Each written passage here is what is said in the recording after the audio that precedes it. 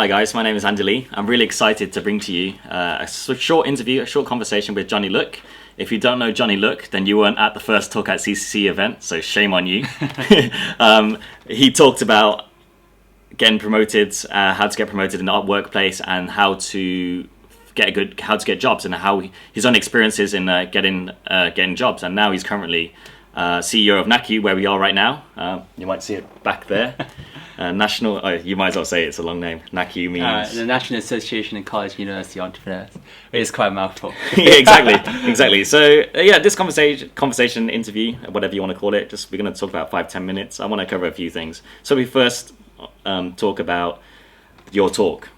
So your talk was really good. I had so much great feedback from the attendees there. That's very kind. And I just want to cover a few things that I thought were quite interesting. One, the tactics you took to get to where you are today, or even your first baby steps, and maybe you can reveal some of the things you mentioned in your talk. Obviously not everything, but maybe a few things, like how you organized events before you started that job. Yeah, maybe you can talk to us about that.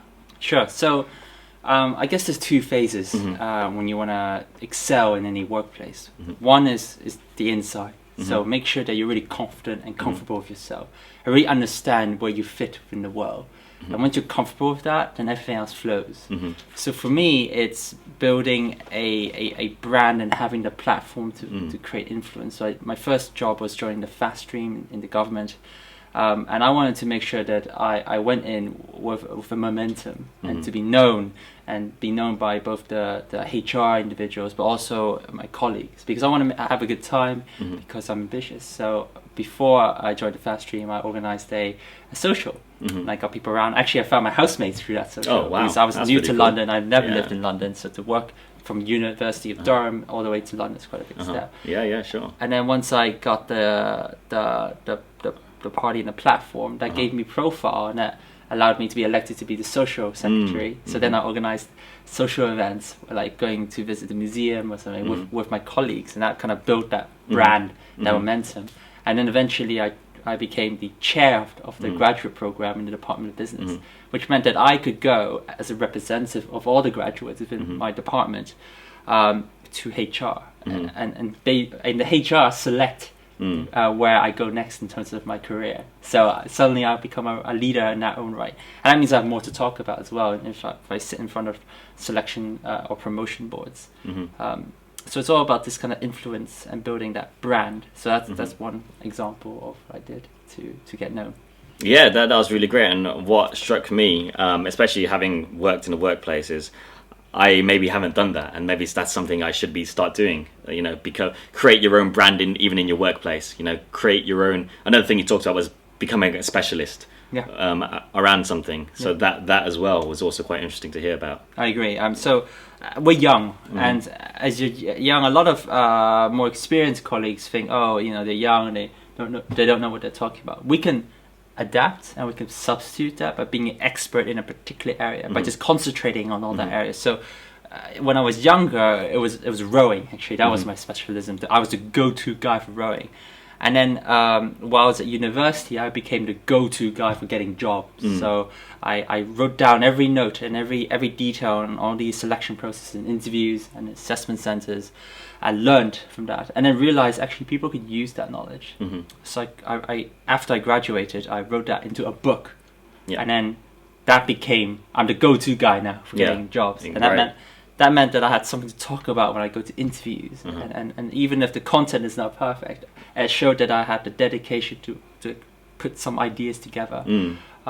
So I became the go-to guy for that. And that kind of, again, helps you stand out. It helps build that brand. And it means that for jobs and selections, you have an edge as well. Yeah, great. That's really good. I need to write a book. Yes, you do. I just need to think about what I'm going to write it about. CCC. Talk at CCC. Exactly. You heard it here. The story. Buy my book. So we fast forward to today, and now you're in where we are right, NACUE. Just tell us about NACUE, a little bit about that. Well, I'm delighted. Before I just want to say I'm delighted to support Talk at CCC. It's a fantastic organization. You're a good friend, and your ideas of engaging with British Chinese as well as any young person within the country and within London is really inspiring. So This is my second month in NACUE, which stands for the National Association of College University Entrepreneurs, which is quite a long name. And we are a non-profit organization that supports entrepreneurial societies, and we sometimes fund and we sometimes give events and series of opportunities to grow across 200 campuses across England. So about 90 or so in universities and 110 in further education colleges. And what we do is really exciting because we're changing the ecosystem. But we don't do it on our own. We really work closely with universities and colleges and students as well, supporting organizations to help young people get inspired to think about entrepreneurship, to think about creating something out of nothing in a safe environment. Because what America is very good at is being willing to take risk and failing. And I think the UK, we still have to do more of that. Oh yeah, definitely. No, I totally agree. I mean, I work for a Silicon Valley company. Yeah. And I was in Silicon Valley earlier this year, and you see the creativity, the innovation, the risk taking. Yeah. I mean, you see it nowadays. There's so many, the biggest brands that you probably use, your phones, Apple, Google's, your Facebook's, all the tech companies, as well as the non-tech companies. It's something definitely. Exactly. Yeah, definitely. Exactly. I agree with. Yeah, so we now created 200 of these, or we've helped support, I would say. Some of them already existed beforehand. These societies, we hope to expand more as well, with support from the government. So that's one aspect. But then we also do a lot of policy work. Yeah. We want to advocate to governments and to corporates our positions in terms of entrepreneurship and education. And we're going to all the party conferences in the next couple of months, and then after that we're going to start building a manifesto. And that's so we know there's the NUS, a national representative. We are kind of another national representative, but we're less political in that sense. We just really want to help young people become more entrepreneurial. Sure. And it's a hard sell sometimes. It is because if you're a doctor, it's really, really clear. You do medicine, you want to save people's lives. If you want to be a teacher, it's all about education and trying to open people's doors. And then entrepreneurship or business, you're like, what's that? That's making money. But to me, it's about adding value.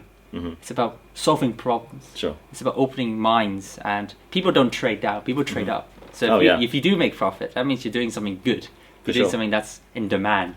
And that's a good measure of value, I think. Oh yeah, definitely. No, I totally agree, and I'm all for entrepreneurship and all that kind of stuff, and the stuff you're doing at NACUE. I definitely would like to see how you guys evolve. Thank you. Yeah, just moving on the conversation a bit more. So going back to talk at CCC, obviously you were the first speaker, and it was an amazing experience for me, and I think for everyone who attended. What did you think of the overall thing? I think it was great. Very excited. I got to meet new people. I think, especially at the start, it's always scary, right? You're thinking, are you doing something that's worthwhile? And I think it absolutely is. And I think you should be very proud of that. And I can sense the anticipation of more people wanting to be involved. Yeah. So this is just the beginning. I think it's going to get a lot bigger. And it's going to be a movement. And there's a real space there that hasn't been exploited yet. Definitely. And there's hundreds of thousands of British Chinese people. Yeah. But it's not even just for British Chinese people. So exactly. Is over. And just to say, like the Chinese Community Centre, they do a lot of great work. Yeah. So it's also good that you're highlighting that. Yeah. So no, I think that was one of the also kind of aims of this, is to get people to be aware of the Chinese Community Centre, because so many young people don't even know.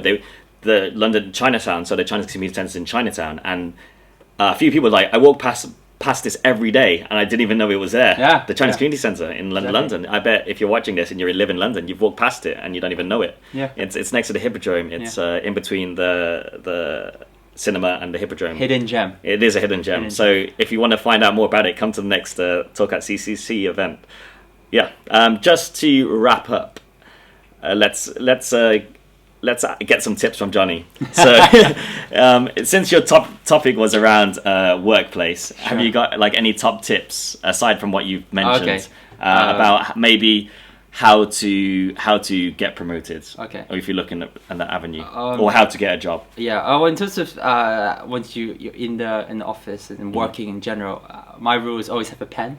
And always have a piece of paper, because you always get some good ideas, and you always get bounced on something. Third is to write list everything that you do, and then make sure at the end of the day you you do that. So sometimes people get a whole bunch of emails at like 11, 12, 1, 2 a.m. And that's because I have a very simple rule. You have to finish the list by the end of the day. Yeah. So that means that I won't sleep until I finish the list. Right.